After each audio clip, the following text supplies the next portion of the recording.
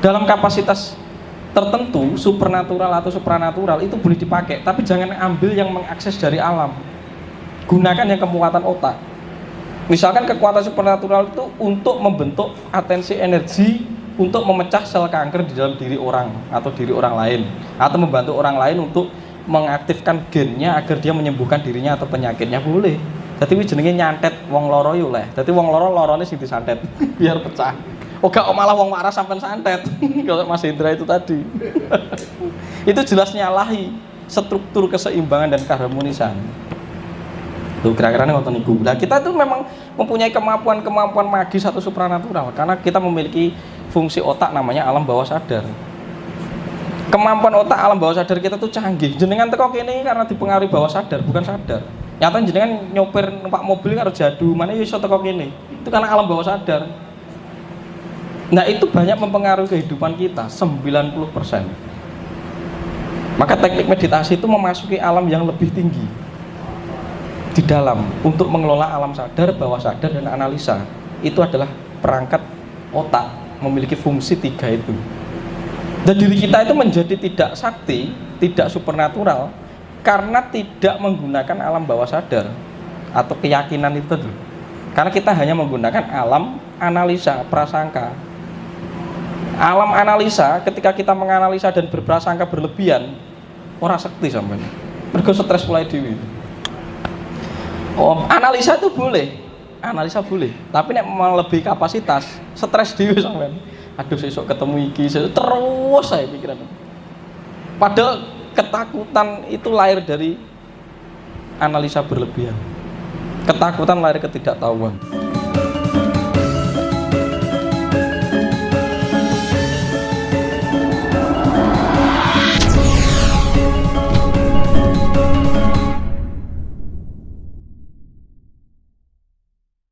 Kadigdayan itu adalah kemampuan mendayagunakan kekuatan otak dalam kapasitas lebih, kapasitas melebihi angger-angger. Itu kita bisa menggunakan otak kita untuk menyerap, membendung energi yang ada di alam yang akhirnya kita pakai. Dan jelas ketika Anda mengambil itu, Anda merusak proses keseimbangan. Nah, maka itu sering dijadikan kesaktian. Nah, kesaktian itu berarti apa? Ya gak apa-apa nek sekedar tahu. Tapi nek menjadi pelaku secara permanen, itu yang jadi masalah. Itu hanya bersifat temporari. Ya cukup diketahui saja. Karena sakti itu artinya pengetahuan. Pengetahuan itu belum dinamakan pemahaman. Karena orang tahu kalau belum memahami atau mengerti, berarti itu tidak tahu diri, Pak. Jadi kita itu tahu tapi seringkali tidak tahu diri. Pengetahuannya oke, dikuliahi banyak, wawasannya banyak, tapi tidak tahu diri. Maka tidak tahu diri mengarah kepada ketidakkebijaksanaan. Orang wicaksono, ketika dia tidak bijaksana, dia akan keluar dari nasnya, gampang lalai karena kesombongan. Ketika di dalam kesombongan, dia memisahkan dirinya dengan membentuk identitas dirinya melalui pengetahuan yang banyak. Dengan pengetahuan yang banyak, dia terlena kepada rasa ingin diidentitaskan atau dipuja. Matilah orang-orang seperti ini, dia akan terpeleset. Itu catatan ya, itu catatan. Nah, ketika jenengan pengen digdaya, ya gunakan, tapi sak mestine wae dan tidak boleh diberitahu ke orang. Dalam arti, satu, kita melindungi sesuatu agar tetap harmonis. Engko nek tak duduhne aku iso miber, mesti golek aku kabeh sampean. Iki dadi malapetaka ketika tak ajarkan ke satu orang, 2 orang, 3 orang. Apa yang terjadi? Kerusakan alam. Kerusakan alam. Saya saja ketika memiliki itu, ketika tidak diberdaya gunakan teman, merusak alam kok. Apalagi nek enek wong sing njaluk oke, berbahaya. Nah, manusia suka menggunakan kemampuan-kemampuan seperti itu karena dia sebenarnya sudah muak dengan dirinya sendiri. Karena manusia itu paling takut kepada ketidaktahuan, paling takut kepada kecemasan, paling takut kepada ketakutannya sendiri itu. Mergo wedi iki mergo urung buktekne, mergo ora ngerti. Contoh sebenarnya wedi mati mergo urung buktekne, urung ngerti. Nek diwedar iki mati iki gimana? Koordinat mati itu piye? Pengalaman mati itu piye? Mergo urung ngerti, wedi mergo krungu cerita. Lah itu adalah ilusi dan dilusi. Nah, itu yang harus kita rubah di dalam diri kita. Itu sifat angkara murka, itu sifatnya Batara Uma yang menjadi Batara Durga, yang memakan apapun saja dalam diri kita, mengkacau kita. Makanya diarani Setra Gondo Mayit gitu. Nah, premisnya saya ubah. Kalau zaman dulu orang mencapai kasampurnan itu harus melalui kesaktian, mergo orang ngerti, Pak. Mergo orang ngerti. Lah saya ini sudah ngerti, lah nyapo sing itu dinggo, itu cukup diketahui saja. Dalam kapasitas tertentu, supernatural atau supranatural itu boleh dipakai, tapi jangan ambil yang mengakses dari alam. Gunakan yang kekuatan otak. Misalkan kekuatan supernatural itu untuk membentuk atensi energi untuk memecah sel kanker di dalam diri orang atau diri orang lain, atau membantu orang lain untuk mengaktifkan gennya agar dia menyembuhkan dirinya atau penyakitnya, boleh. Jadi wis jenenge nyantet wong loro yo leh. Dadi wong loro lorone sing disantet biar pecah. Oh gak malah wong waras sampean santet. Kalau Mas Indra itu tadi. Itu jelas nyalahi struktur keseimbangan dan keharmonisan. Tuh kira-kira ngoten niku. Nah, kita itu memang mempunyai kemampuan magis atau supranatural karena kita memiliki fungsi otak namanya alam bawah sadar. Kemampuan otak alam bawah sadar kita tuh canggih. Jenengan teko kene karena dipengaruhi bawah sadar, bukan sadar. Nyata jenengan nyopir numpak mobil karo jadu, mana iso teko kene. Itu karena alam bawah sadar. Nah, itu banyak mempengaruhi kehidupan kita, 90%. Maka teknik meditasi itu memasuki alam yang lebih tinggi di dalam untuk mengelola alam sadar, bawah sadar, dan analisa. Itu adalah perangkat otak, memiliki fungsi 3 itu. Dan diri kita itu menjadi tidak sakti, tidak supernatural karena tidak menggunakan alam bawah sadar atau keyakinan itu tadi. Karena kita hanya menggunakan alam analisa, prasangka. Alam analisa, ketika kita menganalisa dan berprasangka berlebihan, ora sakti sampean. Mergo stres mulai dewi. Oh, analisa itu boleh, tapi nek melebihi kapasitas, stres dhewe sampean. Aduh sesuk ketemu iki, terus saya pikiran. Padahal ketakutan itu lahir dari analisa berlebihan. Ketakutan lahir ketidaktahuan. Maka ketika ketakutan itu energinya membendung Anda, mesti gak waras, Pak. Nyapo-nyapo sampean itu tidak titis, tidak tatas, tidak tuntas. Target hidup Anda itu mesti oke nyelewengi daripada berhasilnya, kira-kira gitu. Nah, kenapa ilmu kasampurnan itu paling diutamakan? Mergo ki ilmu selamat ki sampurno. Selamat itu uang ngerti, uang paham bagaimana bisa menavigasi hidupnya, mengelola apa yang sudah tersediakan dalam hidup. Orang malah ngerusai, gitu loh ya. Yok tahu menggunakan daya perusak dalam kapasitas tertentu. Karena gunung itu meledos untuk menciptakan tanah yang subur. Itu sirkulasi. Tapi nek melebihi dari energi perusak itu melebihi dari kapasitas, itu destruktifnya tinggi, itu jenenge kiamat atau maha pralaya. Tidak boleh. Diri Anda itu memiliki energi destruktif melebihi kapasitas Anda, itu stres, depresi. Tubuh akan memprogram dirinya untuk rusak, penyakit mesti timbul. Karena gen kita melemah, gen kita memancarkan kode beracun, kode negatif, dan itu dalam akumulasi tinggi, loro sampai sakit. Makanya sak mestine wae njupuk sing sak madya bagi orang Jawa. Sak madya itu sesuai takaran. Maka ilmu itu yang paling tertinggi hakikatnya adalah ilmu kasampurnan. Karena itu ilmu merawat, meruat. Yo merawat, yo ngeruat. Ngeruat itu memutus, menghancurkan yang sudah tidak dipergunakan untuk kelanjutan evolusi. Merawat itu menjaga keseimbangan. Wes loro kuwi sing tinggu. Tidak usah yang lain-lain. Kira nonton nggih? Lah mergo sampean tak ceritane aku pernah ngeblung iso ngene lah melu-melu pengen duwe aji-ajian kayak opo sudah tidak relevan itu digunakan. Aku saja sih ngerti sudah enggak tak pakai kok. Mantranya ada itu sebagai kekayaan niskala. Itu engko nek kepepet nek waya perang. Tapi saya menutup ini karena saya di hati saya tidak lagi berikrar untuk perang. Karena peperangan sekarang harus berbeda dengan peperangan zaman dulu. Peperangan zaman dulu tuh masih melibatkan aspek energi dalam bentuk destruktif dan fisik. Sekarang perangnya diperbaharui oleh Pak Karno jadi diplomasi. Jadi yang sekarang dikembangkan itu kesadaran dan proses berpikir yang tepat saja. Perang saiki diplomasi wae. Perang among-kinemongan biar ramah terhadap lingkungan kita. Engko nek pertumpahan darah terus cilaka. Sampai arep mengakses ilmu kawruh iki dadak tirakat kayak Sunan Kalijaga 3 tahun setengah. Lah saiki dimenakne mergo jagatnya itu sudah semakin bertumbuh. Cukup yang sama. Zaman biyen poso 40 dina saiki wis di wis dina lah apa Senin Kamis tok kan wis penak karena alam wis mengikuti ritme. Zaman dia pejuang-pejuang itu untuk mendownloadkan itu sangat berat, enak topo tahunan dan lain sebagainya. Karena alamnya lagi kesadarannya rendah, makanya di-download atau ditimba itu sulit. Sumure jeru, kekeringan karena tirta pawirtane telembes ning iso. Seiring kesadarannya isinya konflik dan pertumpahan darah turun. Nah sekarang evolusi bumi itu menaiki kesadarannya alam kita. Dan seiring itulah ini yang disebut kebangkitan. Ayo kita jemput. Kita menaikkan level kesadaran, alam kita sudah mendukung. Kita akses untuk semakin lebih kepada tataran yang tinggi.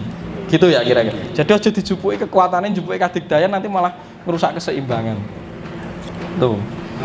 Metune kok nek wis kepepet, alam itu akan berteman menyediakan Anda karena alam itu tidak lepas dari Anda. Ketika Anda itu menjalani laku hidup, ada sesuatu yang membuat diri Anda tergoncang dan terganggu, dan itu bukan momentum yang tepat, alam itu akan menyeimbangkan Anda. Karena Anda itu bersahabat dengan alam, Anda bersahabat dengan para danyang dan dahyang atau sang hyang tadi. Ketika ning dalan itu Anda dijaga oleh alam. Arti tebrak motor ya diinggir nih, sret. Makanya itu namanya berkomunikasi dengan entitas. Saya misalnya ke sini, enek perampok arep mateni aku, arep ngerampok aku, karo danyang dileh. Tiba-tiba aku blet nguyuh dhek gak ketemu aku. Berarti kan mujur gitu kan. Jadi itu ilmu selamat. Pentingnya selamat. Lah kok nek sampean itu memprogram diri Anda untuk perang, duwe kesekten akeh musuh. Percaya saya. Karena secara tidak langsung alam bawah sadar Anda itu berikrar untuk memperbanyak musuh, untuk menunjukkan, menegaskan karakter kesaktian Anda. Akhirnya adigung sampean ini malah memprogram musuh datang. Akhirnya wong rumangsa iso musuh akeh dimusuhi wong. Karena di dalam hati kecilnya memprogram untuk menegaskan karakternya. Aku ke sekti, diarani sekti kudu enek sing ngarani, ya kudu digolekne musuh. Lah nek sampean sik pengen kuwi monggo tak dudu dalane. Tapi saya nyatakan jangan dipakai itu. Ya contohnya kasus sekarang, Mas Udin itu ya akhirnya oke musuh toh. Karena dia merasa dirinya bisa, ojo rumangsa iso. Nanti untuk menegaskan kabiksanmu itu sama alam dikirim terus. Satrio itu akan dikirim musuh untuk menegaskan karakter kesatriaannya, gitu Pak. Jadi yuk berpindah aja, jangan golek-golek musuh. Lah musuhnya mbok undang dewi. Terus itu ya cukup ya, itu ya. Terus ini apa fenomena ponasri. Itu energi apa? Dalam kapasitas tertentu, nek itu fenomena apa? Ya, secara hal yang tidak boleh dan tidak dipetakan, saya batasi ya rahasiane Gusti atau wallahu a'lam. Tapi kapasitas sains saya mendeteksi yaitu karena diyakini, karena sugesti. Sekali sampai tak tunjuk ke diri saya bisa A, keyakinan itu akan Anda akan meyakini wong ki duwe kabisan, pasti dia bisa menyembuhkan saya. Nah keyakinanmu itulah yang menyembuhkan. Satu orang menularkan ke yang lain, akhirnya banyak orang yang datang dan meyakini bahwa ponari itu penyembuh. Ketika satu keyakinan saja membawa kesembuhan, lagi masalahnya sing yakini wong 1000-2000. Tetap secara kolektif bisa mempengaruhi kapasitas gen untuk bareng-bareng cerdas bahwa oh ternyata yo mareni DE. Diomong nih si jeneneh, ngomong nih si jeneneh. Tapi nek dibongkar pesulap merah hilang deret. Karena keyakinan ini dibatalkan dengan adanya pesulap merah. Makanya kemarin Gus Samsudin itu posisinya bukan dia yang penyembuh. Karena yang meyakini ke sana ada beberapa orang yang sembuh. Berarti bukan Gus Samsudin penyembuhnya. Orang yang datang sebagai pasien ini loh yang menyembuhkan dirinya karena dia menggunakan keyakinannya dan keyakinan akan mempengaruhi kekuatan gen. Gen itu akan membentuk dirinya menciptakan sel baru untuk memperbarui struktur sel dan akhirnya menjadi penyembuh atas dirinya sendiri atau self healing. Tuh. Kira-kira ngoten. Nggih. Lah akhirnya jelalah pesulap merah teko modar, akhirnya sing wong iso mulai yakin malah gak yakin. Lah ketidakyakinan itulah yang mengkacau si pasien. Aduh, sing gaene tak gunakan bersandar untuk memperkuat keyakinanku terus hilang gitu. Akhirnya keloron nah. Berarti dalam poin positif negatif ya mungkin Gus Samsudin ada dharmanya gitu, karena sebagian orang dalam proses tertentu karena yakin Gus Samsudin itu penyembuh ya mari, berarti manfaatnya ya kuwi, terlepas dari dia menipu soal harga dan lain sebagainya ya dewe meneh gitu loh. Kalau jenengan ke dokter, apakah itu gara-gara si dokter? Tidak, karena Anda meyakini dokter itu wah menggunakan SOP operasi di Singapura kelas mahal, biasanya keyakinan sampai dewe alatnya canggih gitu ya. Makanya kan harus ada tipu belief system untuk memprogram ulang pikiran kita. Misalnya jenengan ini tak tepuk-tepuk, waras, sebenarnya yakin dengan tepuan saya tak hapusi, mari sampean, karena sampean yakin bahwa tepuan saya memedarkan energi. Anda yang memprogram diri Anda sembuh. Sama nih gue medis. Mergo wonge bayar wis larang, digambare wah ini pengobatan canggih dengan teknologi baru, bedah yang ramah lingkungan, teknologi tinggi bla bla. Anda meyakini itu. 70% kesembuhan aja didukung itu, bukan proses medis ya. Lah sing dukun padha kan gitu. Makanya nek aku ngomong si dukun ini mesake gitu. Nek si dokter sudah ngomong dengan SOP, maaf ya Pak Bu, kita sudah berusaha dengan standar medis, udah tidak bisa menolong dan Tuhan berkata lain, wis selesai. Nek dukun teko akhirat dikiter Pak, diburu Pak. Dah. Oke, satu lagi. Aduh, bolong kuasane. Ya. Saya mengalami fenomena dewa ruci Mas. Delok wayang aku ya pernah kok ngalami. Ya terus? Ya. Jadi akhirnya munculnya satu kesadaran kemampuan untuk bicara dengan diri sendiri. Nah, kemudian kadang kita kan dibuat pusing karena informasi kan muncul tanpa disadari, sehingga ada kekhawatiran barangkali ada pihak itu mempengaruhi, sehingga akses itu saya tutup. Tapi pada saat tertentu itu akan bicara sendiri. Contoh seperti kemarin aja pada saat meditasi tanya, dia menjawab. Nah, selama ini saya belum tahu siapakah dia sebetulnya. Ya. Jadi walaupun proses itu ada, lalu kemudian saya bisa komunikasi dengan diri saya yang ada di dalam. Kemudian saya belum tahu ini sebenarnya siapa, apakah guru sejati atau apa, atau korin. Kan? Saya ingin tahu. Nah, kemudian gini, dengan Kundalini ini, apakah bisa menyelaraskan satu kemampuan komunikasi dengan dirinya, lalu apakah bisa lebih semakin tidak hoak misalnya aja bisa diartikan. Iya. Betul. Siapakah itu? Itu harus mengajukan pertanyaan yang terus konstan dan konsisten diiringi lagu. Sebagaimana ketika Anda mempertanyakan siapa itu, Tuhan itu sudah saya bilang tidak bisa dipersonalkan atau diwujudkan. Naskah cerita wayang Dewa Ruci itu hanya kiasan Pak Pasemon. Nek sampai nunggu nemoni raiku desowi. Karena sebenarnya Tuhan itu ngajak komunikasi melalui apapun saja, tapi sampai gara-gara ngenteni sing koyo raimu dewe ku ya ora tekan-tekan malah. Itu karena sampai itu terlalu menunggu. Makanya kan pasrahno, biar komunikasi terjadi dengan apapun dan siapapun bentuknya, rupanya. Sunan Kalijaga itu menggagas kisah Dewa Ruci itu untuk menandingi naskah Mahabharata bahwa Tuhan dijelaskan secara personal, bahwa Sri Krishna itu menjelma-jelmaan si Wisnu. Nah Sunan Kalijaga gawe wong Gusti kok personal, Gusti itu impersonal. Makanya wong sing ketemu Gusti dilambangkan seperti melihat wajahnya sendiri atau Dewa Ruci, karena Gustinya dia itu ya seperti dia itu sendiri, bukan seperti orang lain. Itu sebuah penggambaran yang diceritakan oleh Kanjeng Sunan Kalijaga agar kita tidak melekat kepada sesuatu di luar diri kita, agar kita berusaha melekat atau terhubung dengan sesuatu yang ada di dalam diri kita. Ngoten kinten-kinten. Dan ketika Anda itu melekati naskah itu, ciloko sampean gak ketemu-ketemu. Karena Anda dengan pikiran memaksa idealitas bahwa nek ketemu Tuhan itu digambarnya kayak Dewa Ruci kuwi. Dan sampai nunggone aku sampai umur sakmene urung ketemu sing rupane kaya aku ciloko. Dan itu menjadi masalah nanti untuk Anda. Padahal setiap hari melalui bahasa hati, bahasa daun jatuh, itu sampai belum menyadari itu membentuk komunikasi. Makanya bahasa sekarang itu dulu disebut Sang Wigowo, itu orang yang bisa membaca tanda jatuh, Sang Wigowo. Nek bahasa sekarang disebut empage, kemampuan membaca tentang tanda alam. Itu yuk bahasanya Gusti. Lah mergo saiki ki akeh urusan kantor, urusan ngetik dan lain sebagainya, ribet dhewe sama. Akhirnya Tuhan berkomunikasi Anda tidak peka. Gitu loh nggih. Nah, maka ditingkatkan kundalininya untuk menangkap kepekaan agar bahasa Tuhan itu mampu terimplementasi, terserap di dalam diri kita. Yang akhirnya mempengaruhi kapasitas laku kita itu laku kesadaran. Akhirnya dari budi menjadi luhur. Budi luhur yang menyatu menjadi budi pakerti. Pakerti itu laku. laku yang sudah disetir oleh budi. Kira-kira begitu. Oke. Dah cukup ya? Itu kira-kira nih.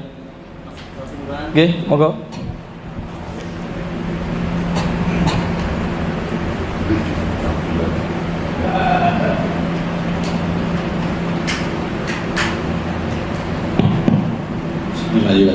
Satu lagi mohon maaf, yang dimaksud karma pada umumnya beredar dan pengetahuan saya kemarin adalah hukum sebab akibat.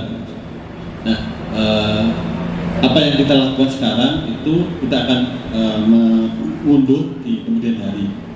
Tapi kan beberapa fenomena yang ada itu orang seperti tidak menerima karma itu. Contohnya, saya pernah bertanya sama seseorang, apakah kita pasti menerima buah perbuatan kita di kemudian hari ya? Gitu. Contohnya misalkan ada seorang laki-laki meninggalkan istrinya. Gitu. Kalau kepercayaan orang Jawa, kok kualat gitu. Tapi justru ada fenomena yang kehidupannya malah berkelimpahan. Nah itu saya cocokkan dengan YouTube-nya dengan yang kenapa orang jahat bisa sukses gitu ya kemarin. Karena dengan jawab kemarin karena terus akhirnya tapi jangan memotivasi Anda jadi penjahat loh ya. Bukan ya. Karena memang yang dicari itu kan gitu. Yeah. Nah dia dalam kehidupannya mungkin tidak bisa cari ketenangan dan lain-lainnya.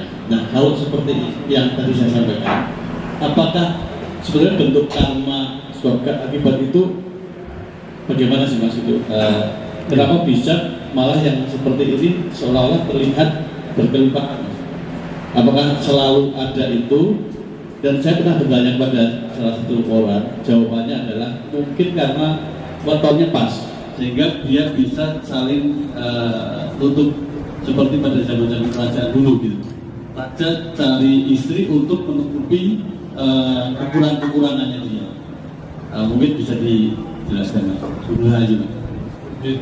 Oke, so ya ini apakah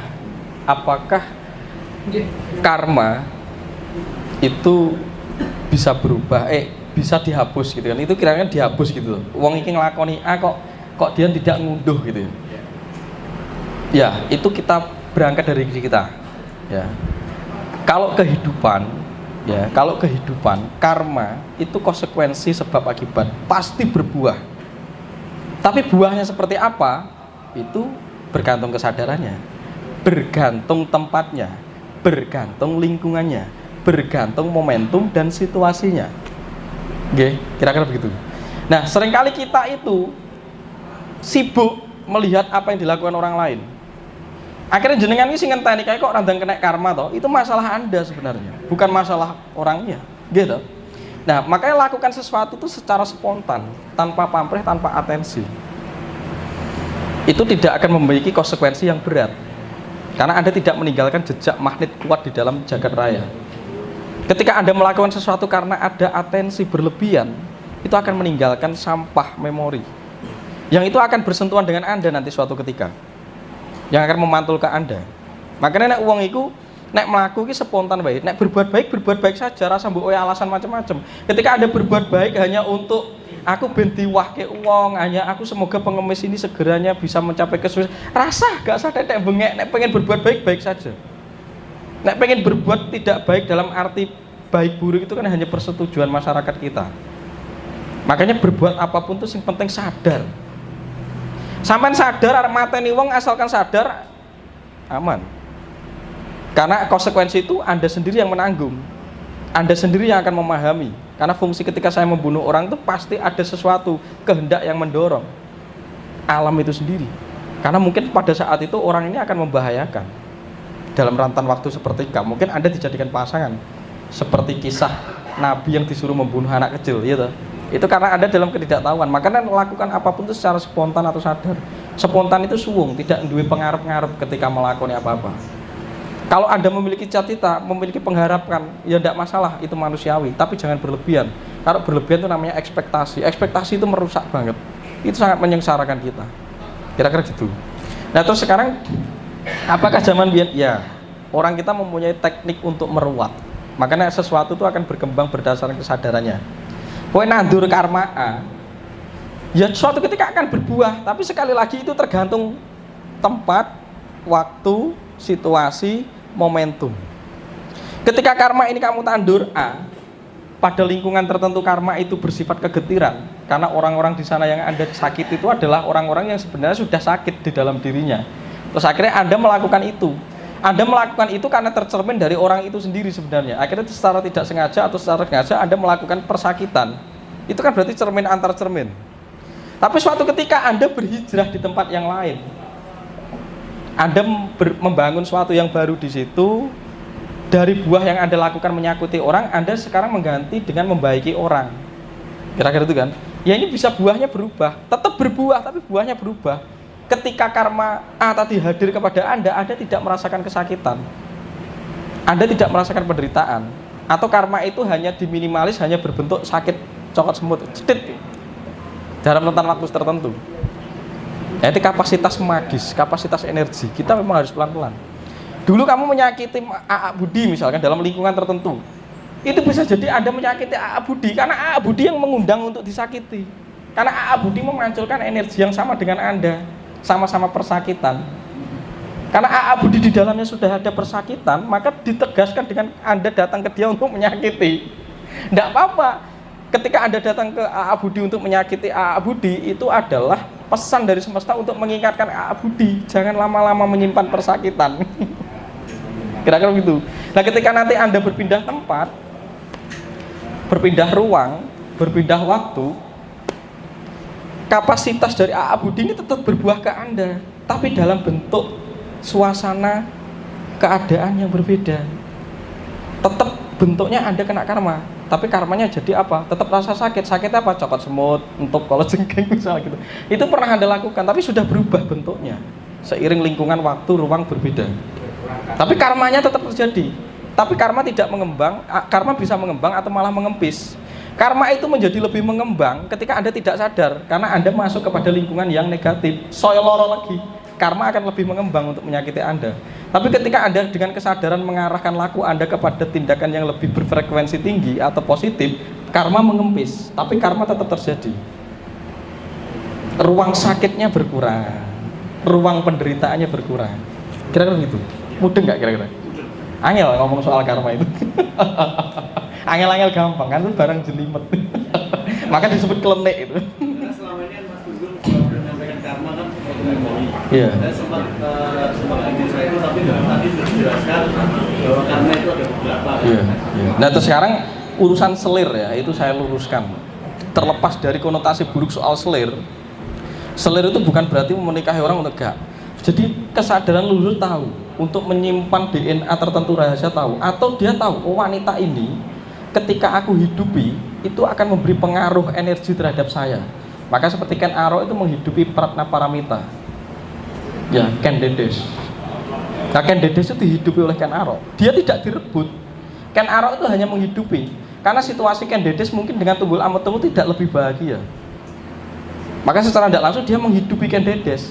Ketika dia tahu Ken Dedes dalam kapasitas didarmai dan dia mengembangkan perasaan yang senang dan merasa dicintai, energi ini akan berbalik imbasnya kepada Ken Arok yang dari orang nol bisa menjadi raja karena memanggil energi dan mengakses energi dari Ken Dedes. Ini sebuah prinsip gotong royong. Cuma karena sudah terjadi kekacauan administrasi sejarah dan kekeliruan pemahaman, selir itu hanya dijadikan simpanan, hanya dijadikan alat, hanya dijadikan objek benda pelampiasan hawa nafsu dan eksistensi ego. Kira-kira gitu. Nanti urusan selir tak jelasin meneh kemarin pengen rabi itu. Dah cukup gitu aja ya kira-kira.